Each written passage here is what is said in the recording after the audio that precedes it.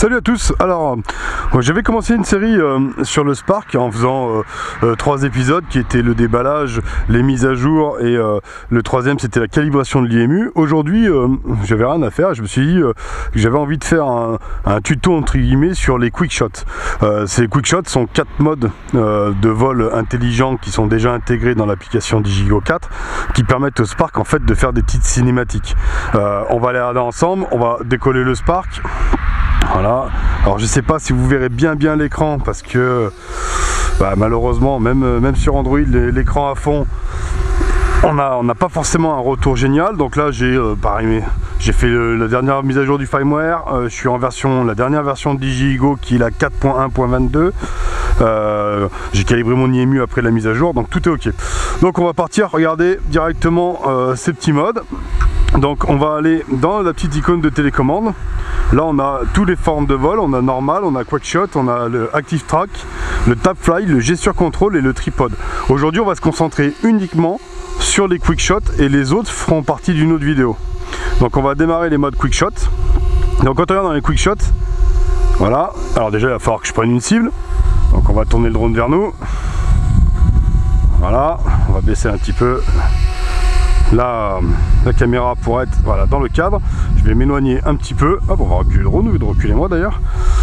Voilà, donc comment ça fonctionne? Donc déjà pour pouvoir sélectionner un mode quick shot, il va falloir sélectionner une cible. Donc là moi je vais me prendre moi en cible. Voilà, donc là vous voyez par exemple il veut démarrer directement avec le drone. Donc ici vous avez un petit message qui va vous expliquer ce que fait le drone au début. Si vous voulez plus les avoir, vous faites Don't Show Me Again, il vous montrera plus jamais. Quand vous faites ça, vous retombez sur la page, donc vous avez les 4 modes, donc Drone, Circle, Helix et Rocket, qui sont 3 modes prédéfinis différents. Ces modes là, quand vous allez les lancer, en fait le drone va lui lancer une vidéo, donc pensez bien avoir votre carte SD à l'intérieur du drone, parce que sinon ça fonctionnera pas. Donc voilà, donc on va appuyer une fois sur Drone, et on va rentrer dans un paramétrage. Il va vous demander la distance à laquelle vous voulez que votre drone s'en aille. Donc là moi j'ai un peu des arbres derrière, alors du coup ce que je vais faire c'est que déjà on va commencer par se tourner avec un endroit où il n'y aura rien derrière le drone. Voilà, ça va falloir faire attention quand vous faites ces modes là à votre environnement, parce que tout va dépendre de là.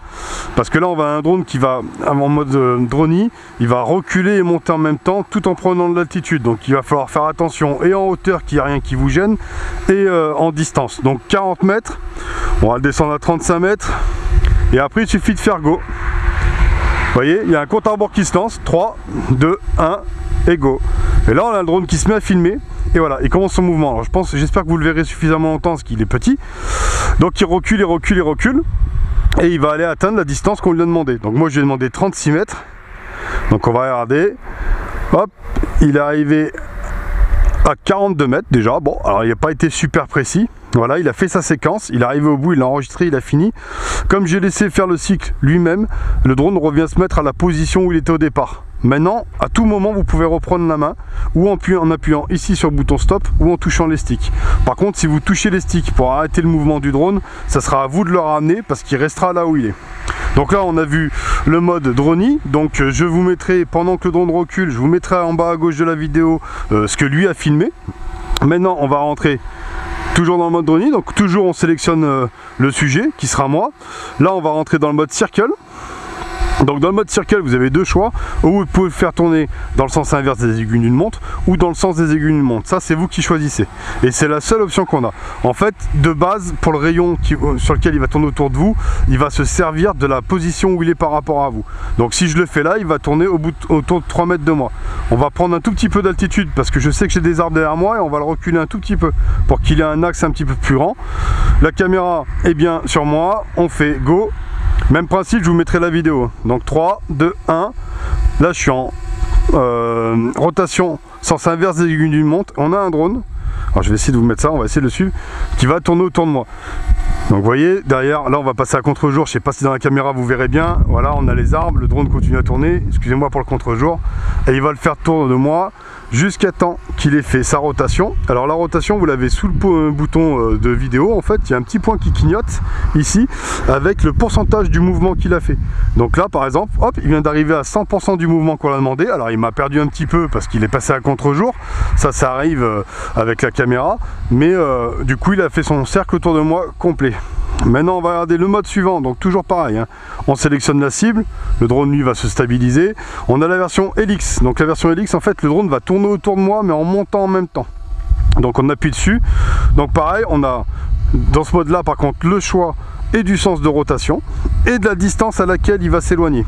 Donc il va falloir régler, donc pareil, j'espère que le vent s'entendra pas trop dans ma vidéo, j'ai un petit peu de vent aujourd'hui, hier je l'avais faite et justement le vent a fait que j'ai pas pu vous la diffuser. Donc j'ai réglé à 30 mètres, on est parti, 3, 2, 1, et go. Et le drone là, ce coup-ci va partir dans le sens des aiguilles d'une montre, et vous voyez il tourne autour de moi et en même temps il monte. Donc voilà, il va s'éloigner tout doucement, tout doucement. Alors peut-être que ce mouvement là on ne le laissera pas faire entier parce qu'il va être un peu long du coup. Ouais, alors je me tourne avec lui, donc là on arrive à 10 mètres de hauteur, 10 mètres de distance et il va continuer. Et il va monter comme ça jusqu'à 40 mètres en gardant forcément la caméra visée sur moi. Donc non, il ne montera pas à 40 mètres parce que du coup je lui ai réglé un petit peu moins. Mais voilà, il va tourner. Il s'éloigne et il monte progressivement. Ça a été amélioré comme mode, il fait moins de... Avant il tournait, il reculait, il tournait, il reculait. Maintenant je trouve que c'est un petit peu plus fluide comme mouvement. Voilà. Là il est suffisamment loin à mon goût, il m'a perdu, ça y est, il m'a retrouvé. Hop, il s'est arrêté de lui-même parce qu'il m'a perdu. Il a fini son cycle, le pourcentage est arrivé à 100%. Le drone va revenir se positionner à l'endroit où il était avant de démarrer.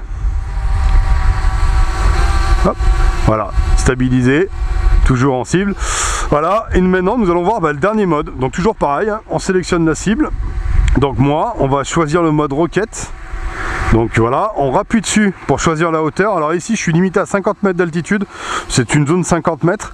Donc on va pas lui mettre ça va être un peu long sinon. On va lui mettre une trentaine de mètres. Donc là, ce qui va se passer dans ce mode-là, le drone va venir d'abord se positionner au-dessus de moi. Il va me prendre en cible avec la caméra par-dessus et puis il va monter.